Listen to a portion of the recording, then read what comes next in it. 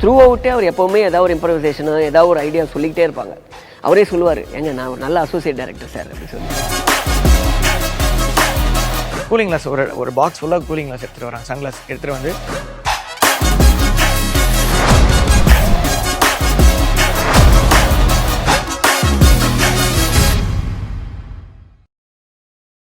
எல்லாம் உன்னால தான்ப்பா. என்ன பெருசு அண்ணன் மேலேயே பழி போடுற? அண்ணன் என்ன கல்லல் பசங்க ஜெயிக்க கூடாதுன்னு நினைக்கிறாளா?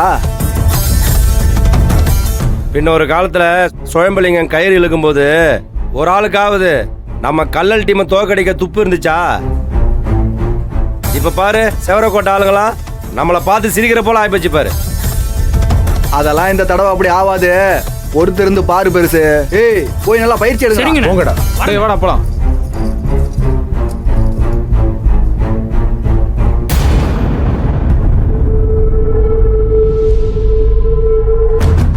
சேகர், என்னண்ணா?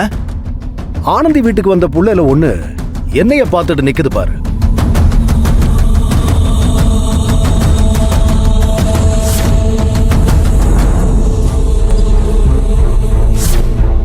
அண்ணே, ஆனந்தி வேலை பார்க்குற கம்பெனிக்கு போயிருந்தோம்ல, அங்க இந்த பொண்ணு தானே நம்ம கிட்ட வியாபாரம் பேசிச்சு. அதான் அந்த கருணாகரம் கூட இருந்துச்சுல. அதான்டா, எங்கேயோ பார்த்த மாதிரி இருந்துச்சா? வாடா.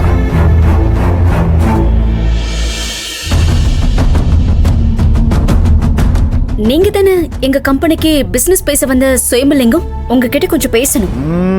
நீங்க என்ன பேச வரீங்கன்னு எனக்கு தெரியும். உங்க கம்பெனிக்கு வந்துட்டு எந்த பிசினஸும் செய்யாம நான் திரும்பி வந்துட்டேன். காலையில உங்க கம்பெனி ஆளுகளுக்கு எனக்கு சண்டை ஆயிடுச்சு. அத பத்தி சண்டை போடத்தானே வந்திருக்க? இல்ல,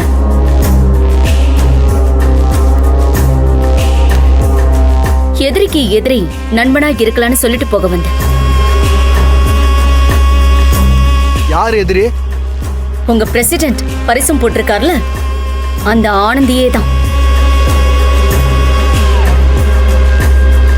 ஆனந்திக்கு உங்களுக்கு என்ன பகை?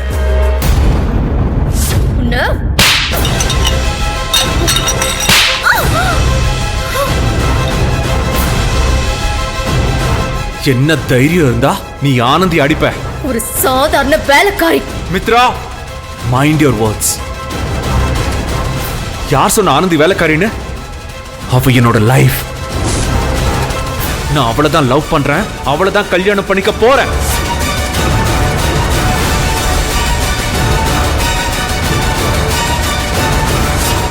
நான் நிஜமாவே ஆனந்தியை லவ் பண்றேன். அதை நான் இப்பவே ஆனந்தியோட அப்பா கிட்ட சொல்ல போறேன். அதுக்கப்புறம் அவர் என்ன முடிவு எடுக்கிறாரோ எடுக்கட்டும்.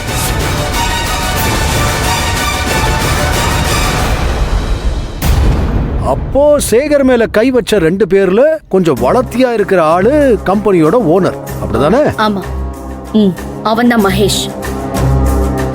மகேஷ் தான் எனக்கு எல்லாமே.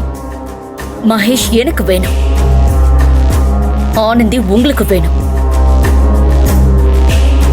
நீங்க ஆனந்தியை ஏதாவது பண்ணி இந்த ஊரை விட்டு வராம இங்கே தங்க வைங்க. நான் மகேஷை கூட்டிட்டு போய் அவன் மனசை மாத்திக்கிறேன். அதுக்கு நான் உங்களுக்கு என்ன உதவி பண்ணணும்னு சொல்லுங்க, நான் பண்ண தயாரா இருக்கேன்.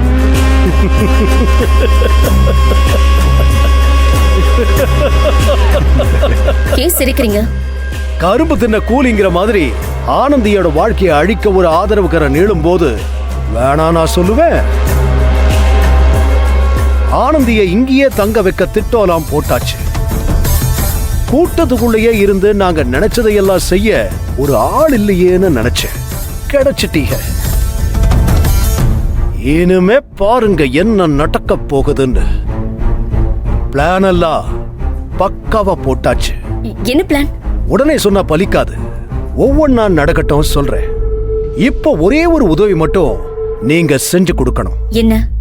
தீமிதி திருவிழா முடிகிற வரைக்கும் ஆனந்தி கையால நடக்கிற கோயில் சம்பிரதாயத்துல எல்லாம் ஏதோ ஒரு தடங்கலை நீங்க உண்டு பண்ணிக்கிட்டே இருக்கணும். அம்புட்டுதே. சரி, நான் செய்றேன். இப்போ முதல்ல என்ன பண்ணணும்? ஆனந்தி வைக்க போற பொங்கல் பொங்க கூடாது. மீறி வெச்சான்னா கீழே செதறணும். முடிவு உங்க கையில. அவ்வளவுதானே? செஞ்சிடுறேன்.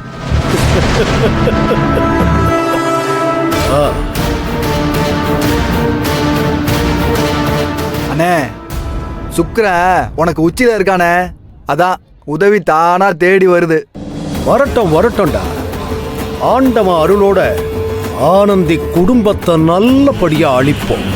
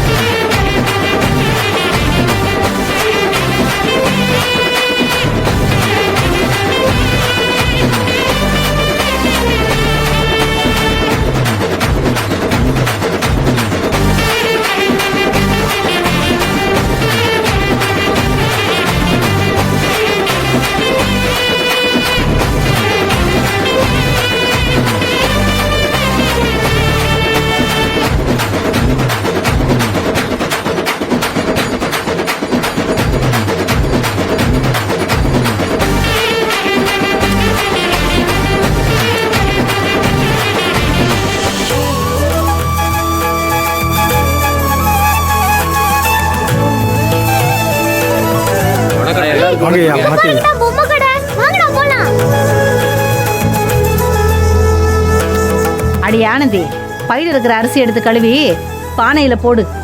என்ன, அடுப்ப மூட்டு ராவுகாலம் வரதுக்குள்ள பொங்க வச்சிருவோம். வச்சிடலாமா? அம்மா ஆனந்தி, பொங்கல் நல்லபடியா பொங்கணும்னு சொல்லி ஆத்தால மனசுக்குள்ள நினைச்சுக்கிட்டு அடுப்பத்த வைமா.